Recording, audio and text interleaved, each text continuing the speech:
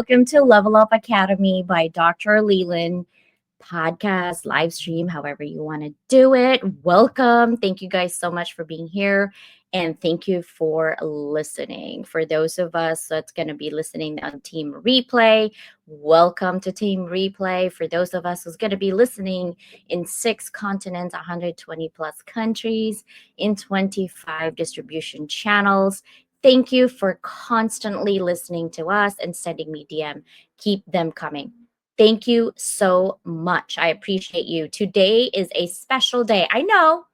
I say that every single time I'm on live stream. You know why? It's because the people that I am hanging out with are the people who makes it special, right? And I try to find amazing people out there. There's 8 billion. Okay, 8 billion. So it's not like I'm going to be able to talk to 8 billion people in the world, but the ones who are in my peripherals are amazing people. And I always have a prerequisite of people coming in. And it's going to get harder and harder to come in for Level Up next year as well, because I'm looking for specific business owners who are willing to share some of their knowledge, right? And get to know them a little bit. That's what I do. I use my platform so we get to know them a little bit. So welcome again. And this is going to be our guest today. Look at that amazing lady. Look how so like spiffy and beautiful she is. And you get to know her today. She is Dr. Jennifer. I don't know if I can say her last name correctly, and I'm probably going to butcher it, so I'm going to have her say it, but I think it's Karenchi. Maybe. maybe. It sounds Italian. I have a lot of Italian friends, and my husband is part Italian as well, which is Zarola. And my youngest daughter, you guys know, her name is Annabella Vittoria, right?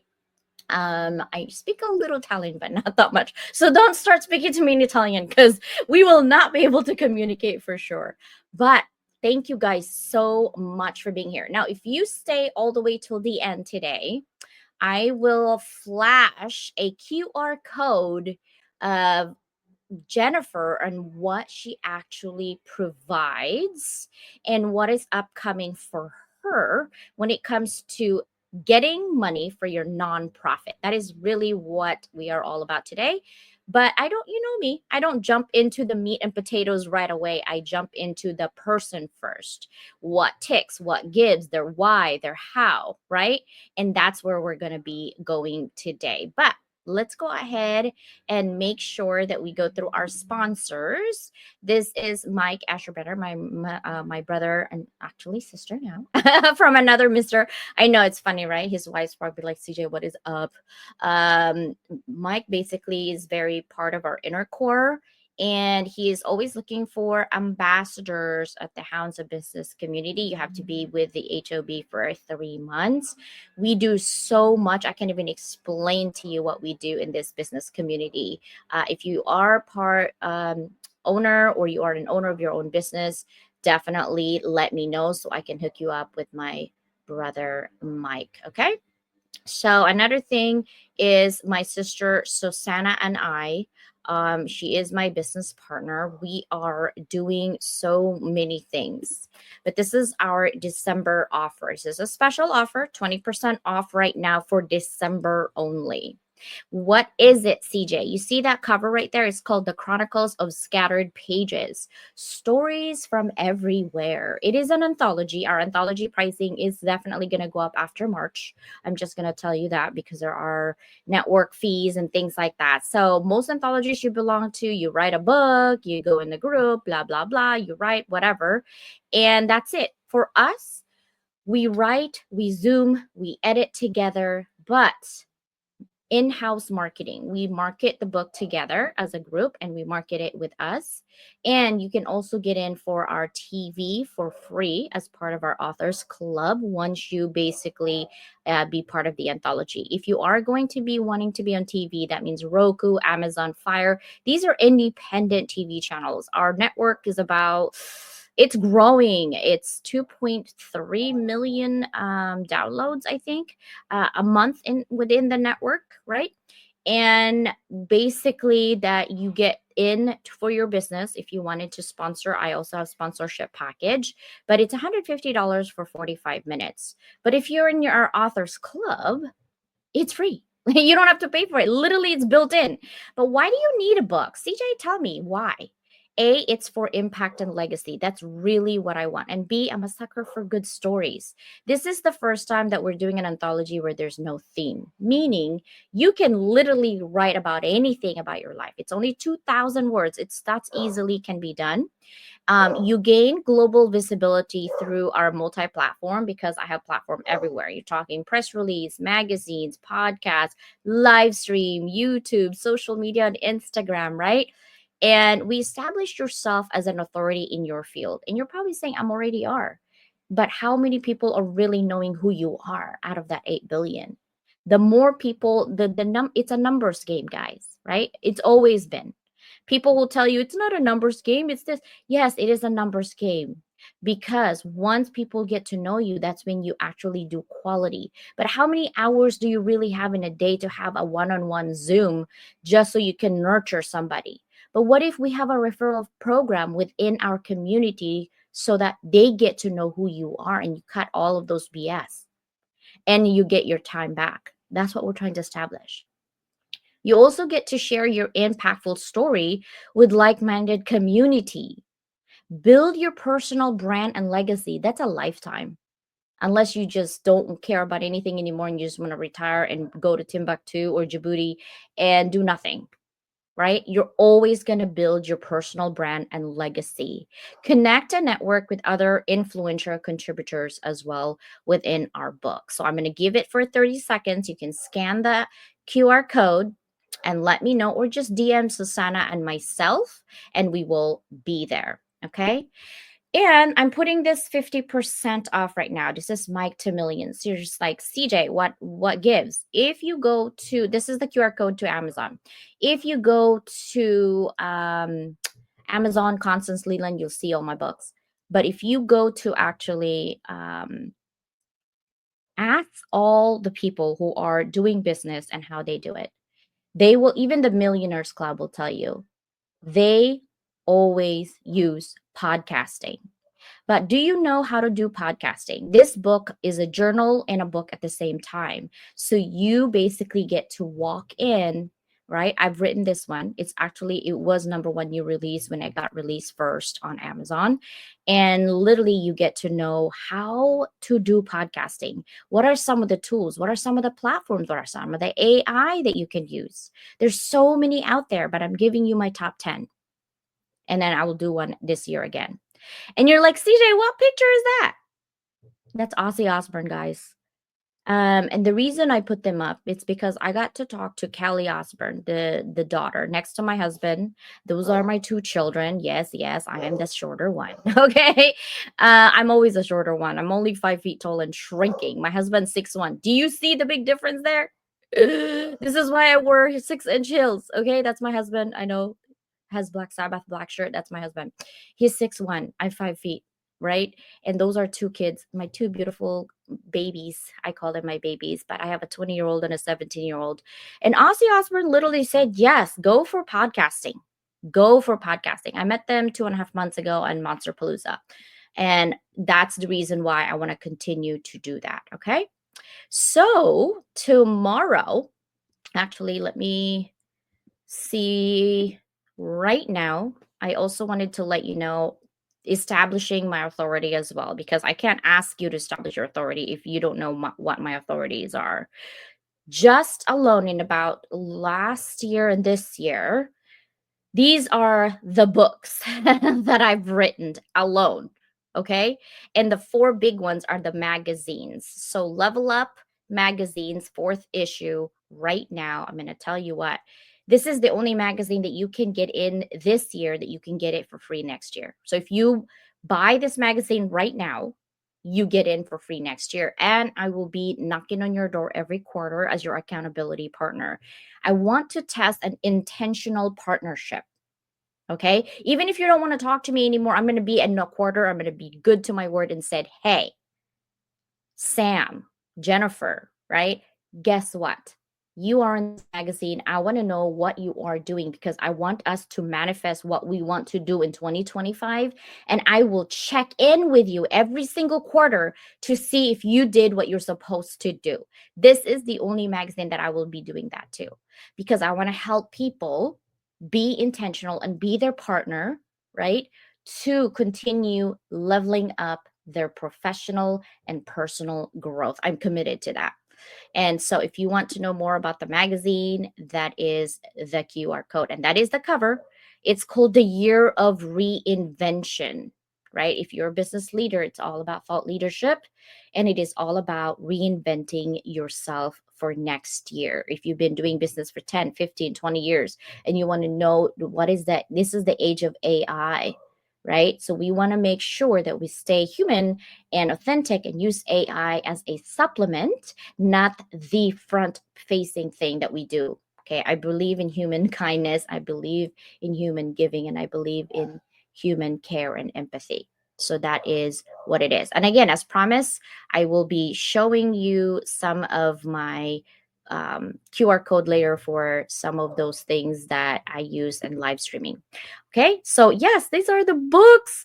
And just to let you know, today, or I just got an email, I got my academic publishing approved, so that's $300,000 that to write. So I am going to be writing with amazing people. If you have a master's degree, guys, or a PhD, and you want to be on this bandwagon with me, the only thing you pay, I think, is editing.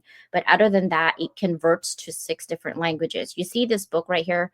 It's kind of tiny. Right here, where it is. There's this only one book. It got into Italian, Portuguese, Spanish, and I think German, right? I have an academic publisher in Germany. So Level Up Academy is leveling you up in every possible way. I think I'm done now. I'm like, I want Jennifer now, okay? I want Jennifer now. Look at this beautiful lady. Are you guys ready?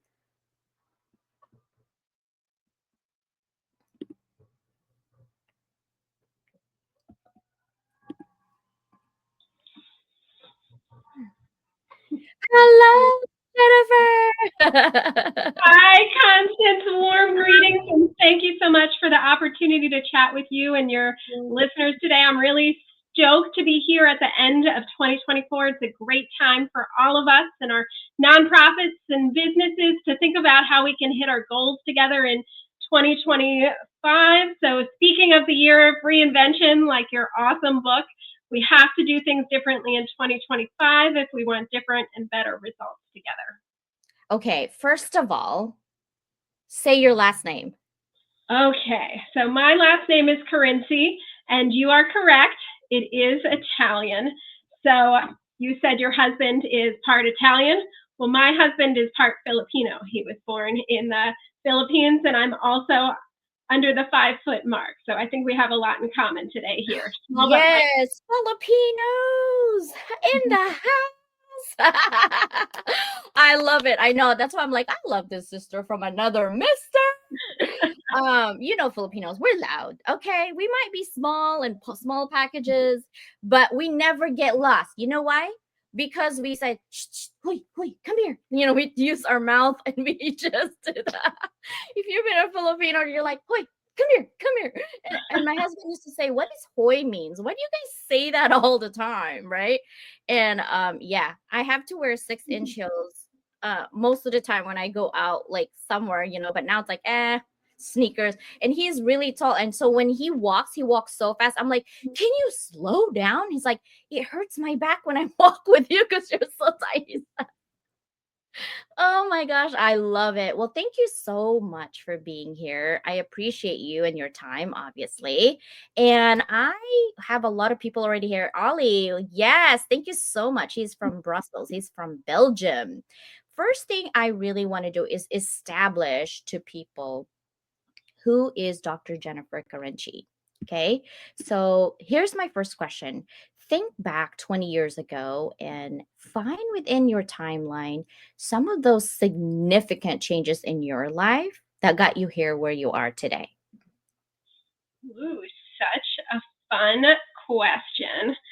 So let's see. Around 20 years ago, I was in art school. So I had gone to Maryland Institute College of Art, and I'd always loved to do interdisciplinary activities, and anything from captain of the soccer team to math league to arts honor society and all of the things, and felt like going to art school was the path less taken at the time and a way to explore my creativity. And since then, I've gotten really interested in education. And while I was in school, I did a lot of after school art teaching in Baltimore City, where my school was located, and really found a passion there. And then got interested in the connections between research and practice, because in my teacher preparation, even though I went to a research one school, there wasn't a lot of evidence in the actual instruction that really helped me be a better teacher for my students like I wanted to be. So I went on to pursue my doctorate, and then had an opportunity to join a new organization that was the nation's teacher preparation accreditor, that was really around building a culture of evidence. So what we would do is try to make data meaningful and used and useful. So as part of that, my role was to do grants in addition to working with faculty around the nation to provide evidence for their accreditation and of the success of their students. So that's where I first got my introduction. And my very first grant was with the Bill and Melinda Gates Foundation. And it was for a project that was to test the efficacy of using student surveys to be able to evaluate teachers. So when teachers would go to practice in classrooms with their practicing cooperating teacher, these surveys that were validated would be given to the K-12 students to be able to give feedback to the teachers who were practicing in order to help improve their practice and make them better teachers. So that was my first introduction to the grants and seeing the power of that. And my second one was with the Kellogg Foundation, that was all about better preparing teachers to work with families. So from there, I went to the American Association for the Advancement of Art to run a National Science Foundation grant that was a couple years behind, that was all about trying to get better evidence for how to prepare teachers to work in high need schools in STEM fields. So that was a lot of fun to figure out how to work with program officers and how to catch this grant up and work on my project management skills and get some quick wins in the beginning to really try to build trust with the funders, which I'm sure we'll talk about later, is very important to success, but also to get to work with people around the nation and again, really try to improve the education system for those who needed it most. And I also worked on a few fellowships to broaden participation for women in STEM, a really fun corporate partnership with L'Oreal USA, and a program from the Lyda Hill Foundation that was called If Then, which is all about if a middle school girl sees it, then she can be it. So it was meeting girls where they are and giving them examples of scientists that aren't just one way of person in a lab coat, but that girls can really be anything they want to be, and showing them different examples of STEM professionals, from the U.S. women's soccer doctor to a person who designs and engineers sets for Taylor Swift, to people who work in the government, and broadening participation. So those were a lot of my forays into grants. And more recently, after getting what I thought was my dream job as an executive director at a nonprofit, I wanted a little bit more balance and to be able to scale my impact. So I crossed over into the world of consulting. Welcome to entrepreneurship. It's an adventure, right? Yeah. It's been an amazing journey, but it's rewarding, but it's so hard, right? It's kind of difficult because there's so many hats you have to wear. And I love that. And I was gonna say, is that all? Really? My gosh, that is so amazing. That's why when we had a conversation, I was so in love because you were helping women and girls most of my heart and my work. Even when I was a United Nations ambassador for women and girls, because I have two daughters, right? And I also, my dissertation, it's been 2 decades now of my research, is all about how can we and what can we do as women to create mentorship for women and girls, especially in the STEM programs, right? We need more sciences and things like that. And my kids are the only, well, maybe a couple in their class who plays video games. And the parents talked to me at one point saying, why do you let your kids play video games? And I said, it's because it's a what if situation, just like the SWAT team. When they go into situations, they always do the what if, right? Mhm. And I've noticed, and I have yet to see, I'm sure there's a research out there. I'm big on research. Literally looking at when you are in a video games, it's realistic. It's so realistic when I'm watching. It's like a movie, really. And I play video games myself. So when you're in the game, you have to look at, the what if situation. Like, what if I do this? And the good thing is you die, you spawn in, in the value system that they have. In real life, you don't.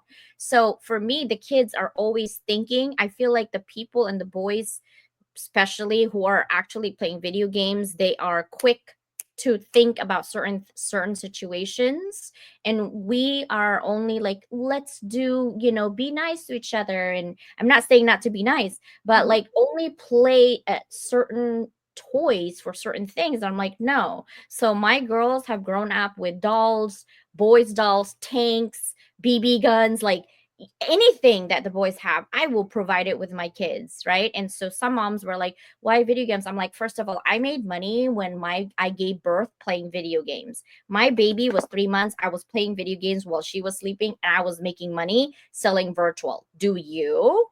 Like, that was my first question. To like, I don't even know watch games. I'm like, exactly, let me teach you. And I love that you have done that, because you being you, and I see that you are a giving heart. Only people have Mhm. giving hearts I have in my peripheral. I can't handle the suckers in my circle. And I love that your heart is all about giving. Now let me kind of take people back from your experience to now. Mhm. Nonprofit. Sure. So why nonprofits is that's where my background is. That's where a lot of organizations are eligible for grants. And that's where I feel like I can really help to make inspiring visions a reality. Because it's one thing to have a mission or a vision statement on paper. And I've seen a lot of organizations that have that there, but then the activities that they're doing or the money that they chase is somewhere else, and it's not necessarily pushing those big visions forward at the level and scale that they could. So I'd like to help nonprofits who have really meaningful visions to stop playing small, because a lot of times, as you know, if you work for those of you in the audience, if you work in nonprofits, you wear all of the hats, of course. And really, if you're lacking either the time or the expertise to navigate what's an often very complicated grant system, especially a federal grants landscape, it means your organization is missing out on hundreds of thousands and sometimes even millions of dollars each year that could really go towards advancing your critical mission and better serving the stakeholders that you impact. So I'm really passionate about those particular aspects of how we can level up together. And I like to work with a lot of nonprofits who may be under resourced or are almost underdogs in the system because they may not have been introduced to grants somewhere else, because the vast majority of funding out there goes to certain states and certain institutions or types of nonprofits within those states. So if you can have somebody who can help you navigate that system, I want to be that Sherpa to level the playing field and give those who have something worth funding a chance to get before funders with a competitive proposal. Okay. What? You just said Sherpa. I said Sherpa. Nobody understand what I'm saying. And you said Sherpa. I'm like, yes, Yes, why somebody not? understand. I love it. So my husband always tells me in the IT world, I swear they are like some of these people who are like up there. They're such elitists. I swear to you. It's a big, but it's a small community. Only a small elite that they have, right? So he always tells me what they call themselves. First, it was a SME, subject matter expert. Everyone was a SME. He's like, no, we're beyond that now. And I'm like, okay, what do you guys call each other now? And they're like, if you have to be the evangelist, so above SME. And I'm like, oh, okay. And then I guess like 2 weeks ago, he's like, I want to be a czar. I'm like, wait, you're not Russian. What's happening here? Like, he's like, no, that's the leveled up of evangelist. I'm like, man, I got more ways to go. I think I'm still at the SME level, and I need to be the evangelist, and then I need to be at the czar. Dude, where is the shortcut? Okay, like, but I can't believe you said Sherpa. I'm like so excited when you said that. By the way, there was over 1,000 people say hi for me to YouTube, because YouTube people, they are in Philippines, Bangladesh, and also I think Vietnam, who are driving, and you have typhoons there, guys. Please be safe. Please be safe. Okay. And so this is exciting conversation. Now, I actually want to know, because I have a lot, because okay, full disclosure, I belong to a nonprofit as a board member called Confronting Domestic Violence, right? And I'm going to hook you up with my brother Mike, and I'm also going to hook you up with Agape. And we're both in the Hounds of Business community. So Agape is, she basically is the founder of CDV. And we definitely need money. And I'm actually thinking of doing a nonprofit next year with my sister Susanna, in terms of the future of the children. I'm really big on science and STEM programs and skilling up mindset for women and girls, right?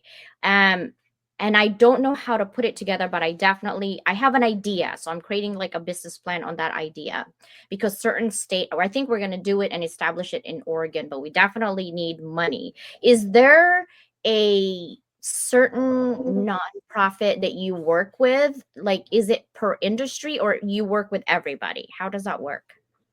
So I work with various nonprofits. A lot of the nonprofits that I write for are higher education institutions or schools or museums, science centers, but I run the gamut and work with those particularly focused on education, STEM, and broadening participation. That's kind of my specialty, but as I was mentioning, my interdisciplinary background, I love to see where there's connections across sectors. So I've worked in academia and industry and government in terms of trying to bring cross-sector partnerships. And the really fun thing about being a consulting grant writer is you get to work with a lot of different experts in different areas.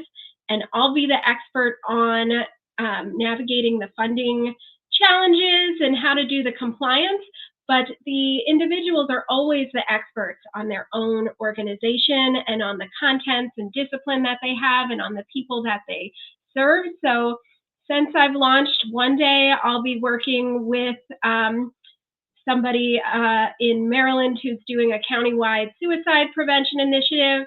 The next day, I'll be working with a campus that might be addressing dating violence on campus. The next day, I'll be working with an institution that wants to get scholarships for low-income students in STEM, or do partnerships between four-year institutions and community colleges. So it can really range, and a lot of those skills are transferable. So it's so much fun to get to learn things through my work and through my amazing clients. I can't wait. I was like, I can't wait. I'm like, ooh, Jennifer is my new best friend. Don't touch her. I will go after you.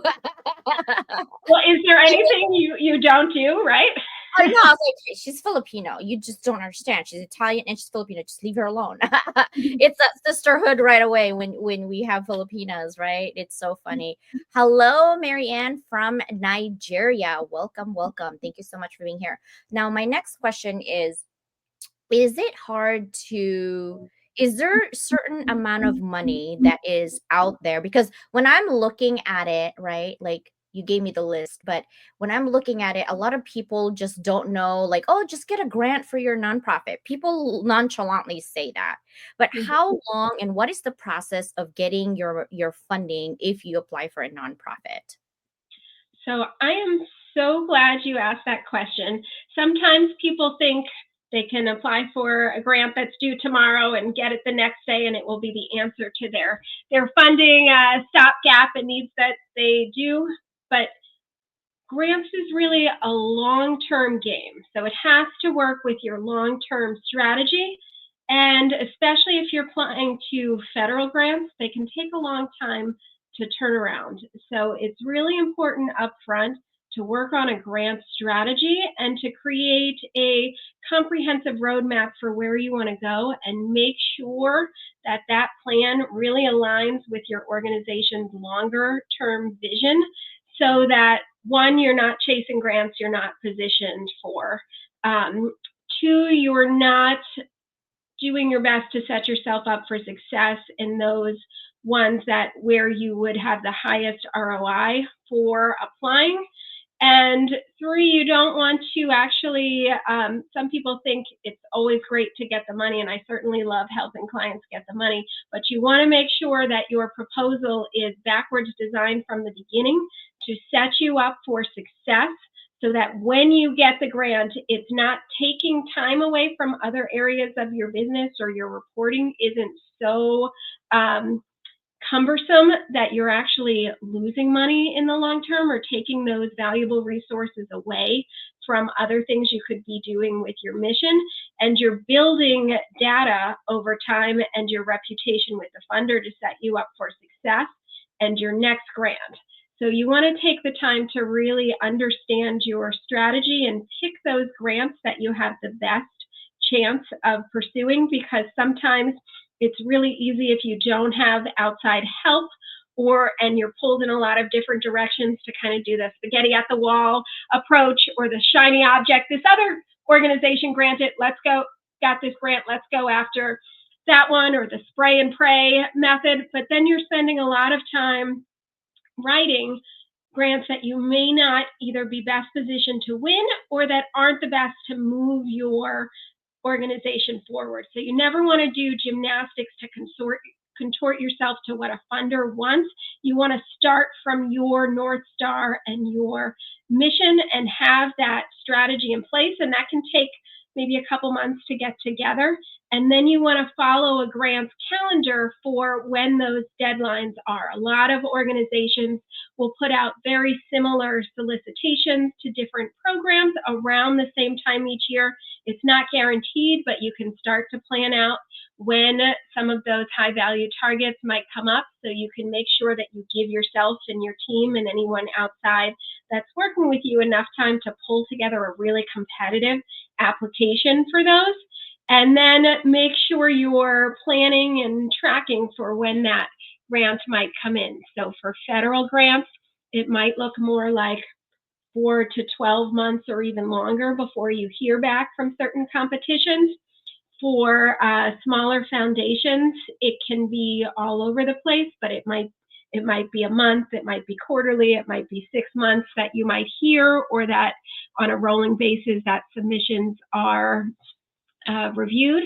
And then don't forget about state or city type of grants as well. So depending what type of grants you want to pursue, they all have their own timelines, their own rules, their own attachments. So you want to make sure you take time up front to study them, because it can take a little longer, especially if you're just starting your nonprofit, because you don't have that history and data to maybe be eligible for certain grants. But you want to build your strategy to try to maybe start smaller, build up some quick wins where you're best positioned and that are better for startups, and get really good data and successes from your grants so that the next year or 2 years from then, you're eligible to go after some of those bigger grants and next level.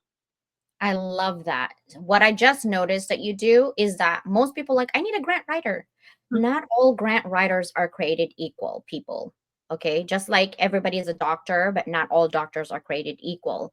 Right there, Jennifer just established her authority. I'm listening very carefully. Here's the thing: when you ask for a grant writer, some grant writers just write for grants and wait for the company and the nonprofit to say, hey, these are the grants that I want, blah, blah, blah. Most people will look for it.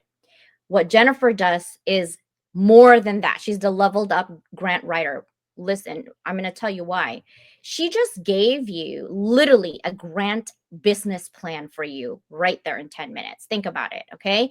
Most grant writers might not be knowledgeable on which grant, how long does it take, when is the money going to be available, and how long should we apply for, when, how long should we wait, right? Let's talk about also how much grant money you have already have been awarded for your people. How did that come about? Sure. Well, first, I want to say thank you for your comments, and that I really try to be a thought partner with the organizations that I work with. So, not just take the information that's given, but really try to help them to backwards design each individual grant proposal and to fit it within the larger scheme of their organization and what they want to do, so that everything is mutually beneficial and working together to set both them up for success and me in my win rates and grants moving forward. So I can say that December 2nd was Currency Consulting's 2-year anniversary. So we're 2 years old right now. And in that time, we've helped to advance over 30 million in grants. So for those grants, we've helped all different kinds of organizations, and we play different roles on there. So for some of those grants, I served as a writer on a larger team for the grants. So just to share that writing is not like ghost writing for a grant. Just keep in mind, it's a partnership. You work together, and that you are the expert on your organization's, your project, and we work together to craft a compelling story. Sometimes I serve as a reviewer, so that might be where somebody at the nonprofit has the knowledge to write and the time, and they wrote the grant, and then I serve as a red shirt reviewer, meaning that I pretend like I'm on the panel at the agency or the funder and rate and rank the grant application against the solicitation criteria to check that it is compliant for everything that it needs, and to suggest and track changes and redline and say, what about this here? Or it wasn't quite clear about this piece.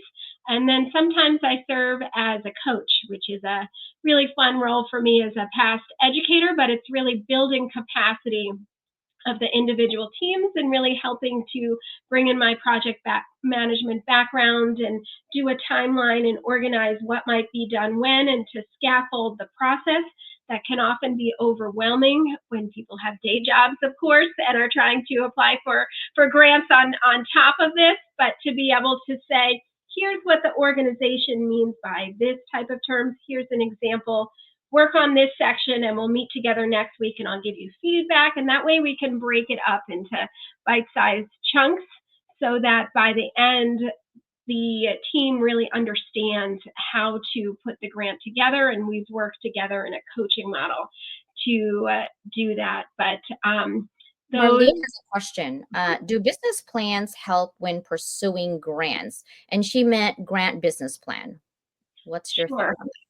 Thanks, Marlene. So it really depends what kind of grants you're going after. So if you're more of a for-profit entrepreneur and a small business maybe, and you're going after certain grants that are for businesses or businesses in your state, or sometimes there's grants that are geared towards helping women in business or underrepresented groups in business, for example. A lot of those grants might want you to have an actual business plan to be able to attach, or might have questions where you would pull from your business plan, and having that written down would help you to more easily have pieces to pull from to write your grant. For more of a nonprofit, I'd say it's more about having a grant strategy, like I talked about before. That's your roadmap, and over time, developing a library of materials that you can use and pull from. So you might develop some nice boilerplate on your project management experience, or your boilerplate on your evaluation successes from previous grants, or other pieces about your project that you could pull in that would help to craft that knowledge. But you don't necessarily need a grant business plan, but you might have a concept paper that helps to put things on writing, share it with your team, share it with grant writers who are working with you, so that you can see how best positioned you are to develop a concept and when is the right time to go for it.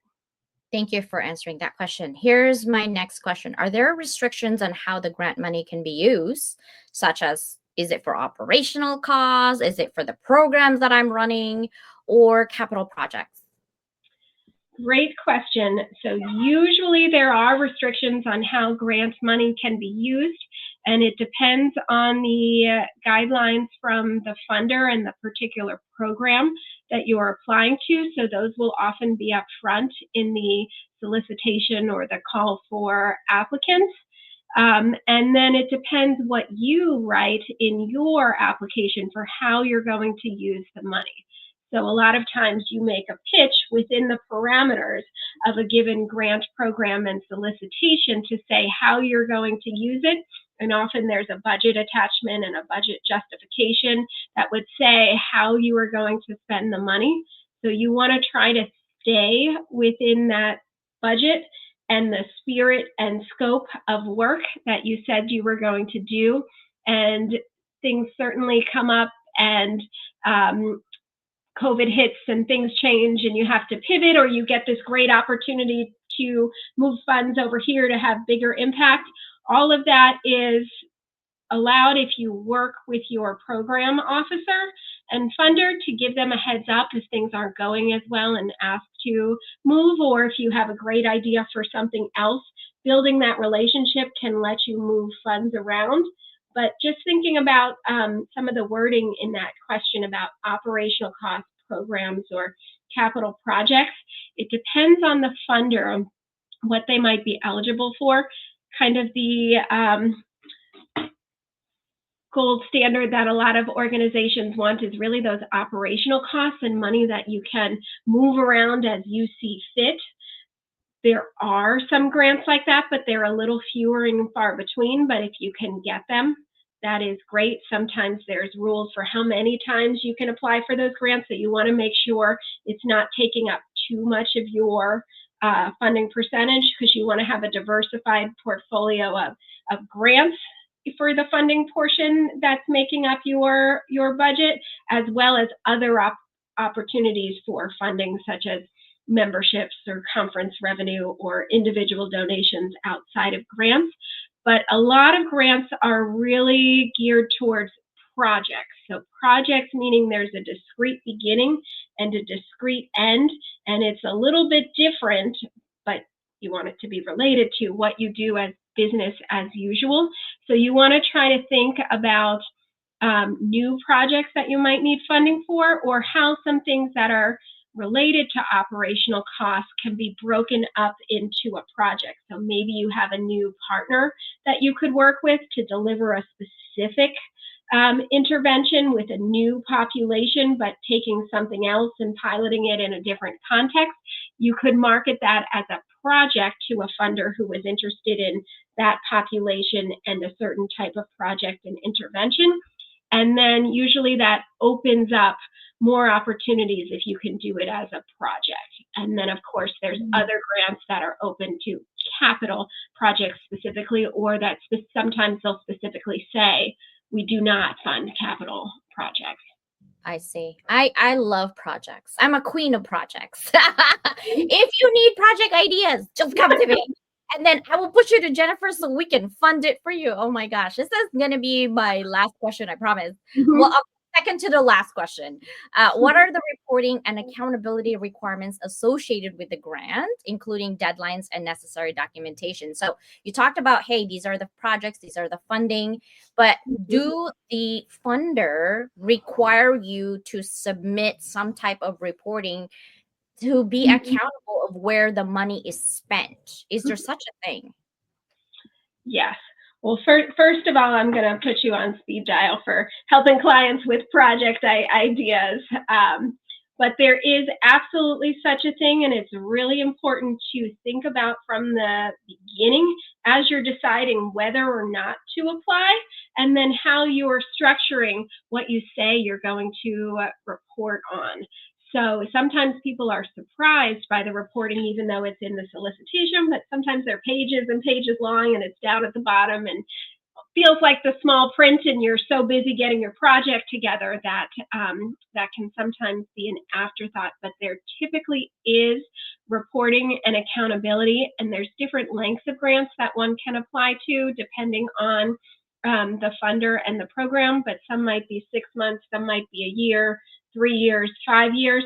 So on something like a 5-year grant, you typically have an annual report each year and a final report at the end, although it can be totally different for the funding agencies. Sometimes if there's a cooperative agreement, there's a higher level of oversight and accountability, and you might have monthly meetings set up with the funder and formal quarterly reports.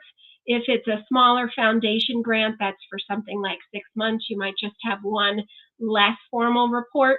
But sometimes funders have specific portals with very specific questions or data that they ask you to report on. So it's good to know those up front.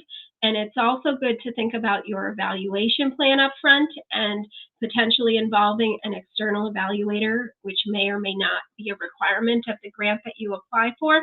But the better data that you have and the more you collect that's related to the degree to which you met the objectives and goals that you said you were going to meet, the better off you will be with that particular funder for that grant, the better off you'll be positioned to maybe go for a bigger or next stage or continuing grant with that same funder, or to have that data to use for your next funder. So again, it's a long game, and thinking about how all of these pieces fit together to set you and your organization up for success.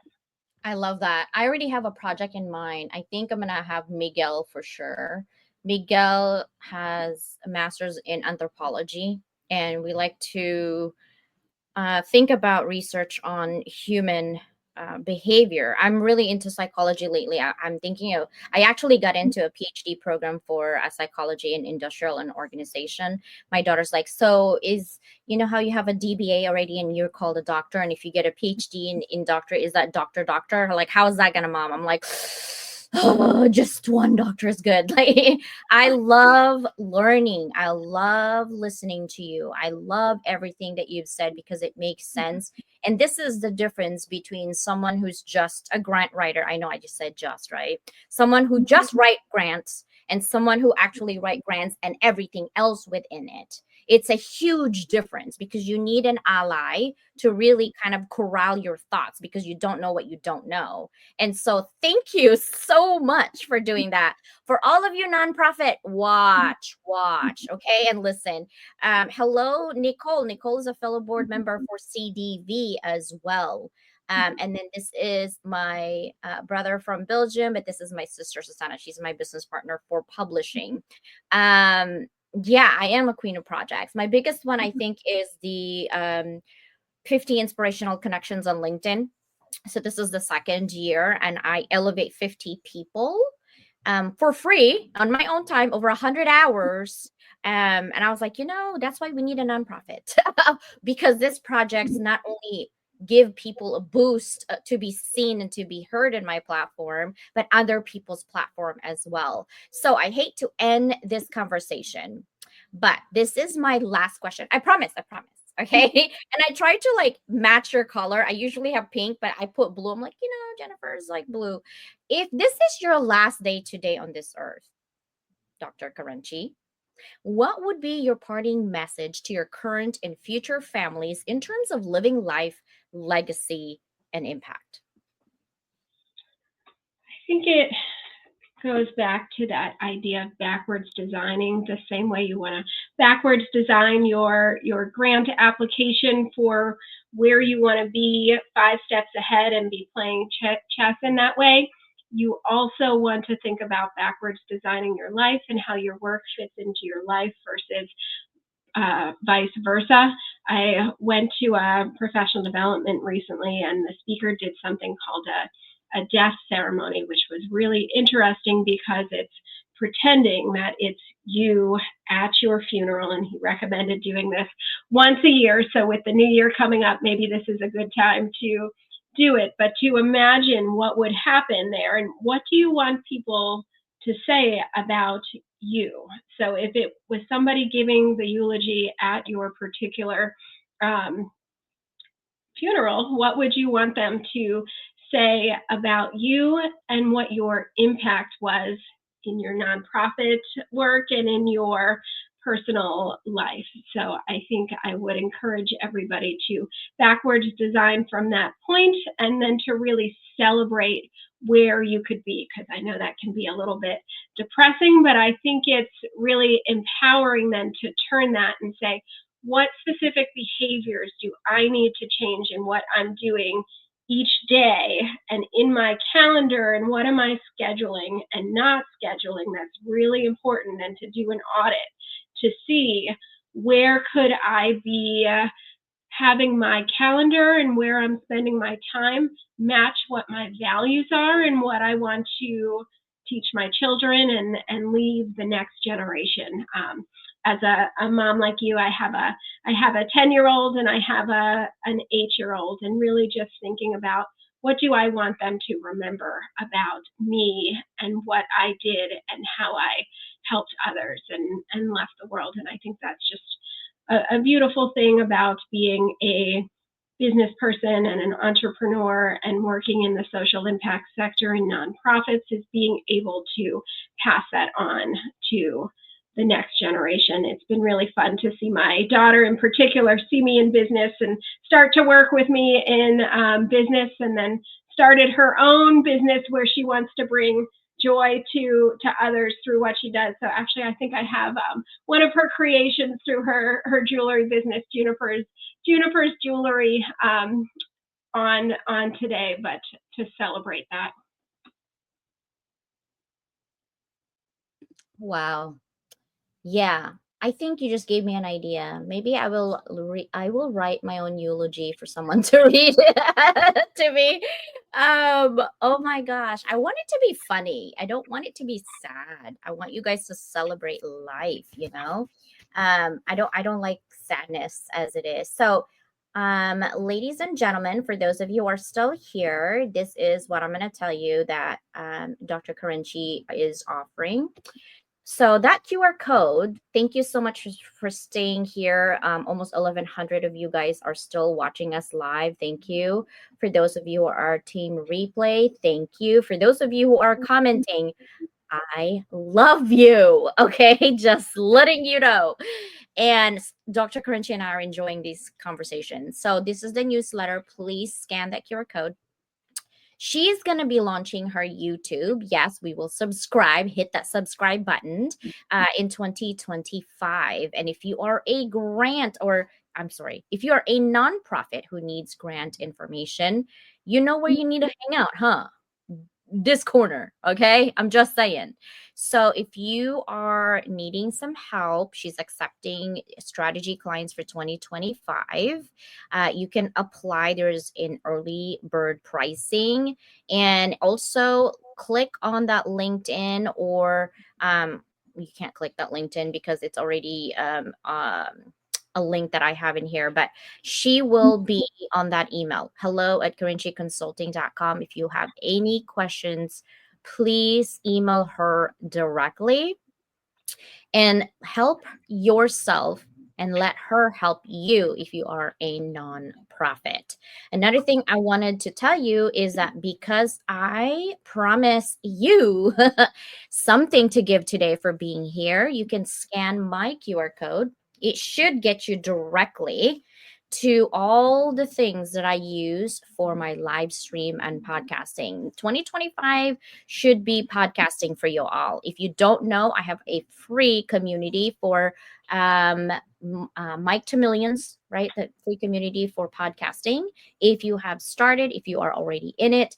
And what we do is we talked about strategy on how you can monetize eventually your podcast, but literally send your messages out there as part of your outreach for your community. So why not do it all on podcasting? And I actually will give you tips and tricks on how to connect it where you're everywhere, but you're not doing it everywhere. Does that make sense? I'm all about streamlining. All four QR codes are for my socials. These are the socials that I'm active in. That is my LinkedIn, that is my Instagram, that is my YouTube, and that is my TikTok.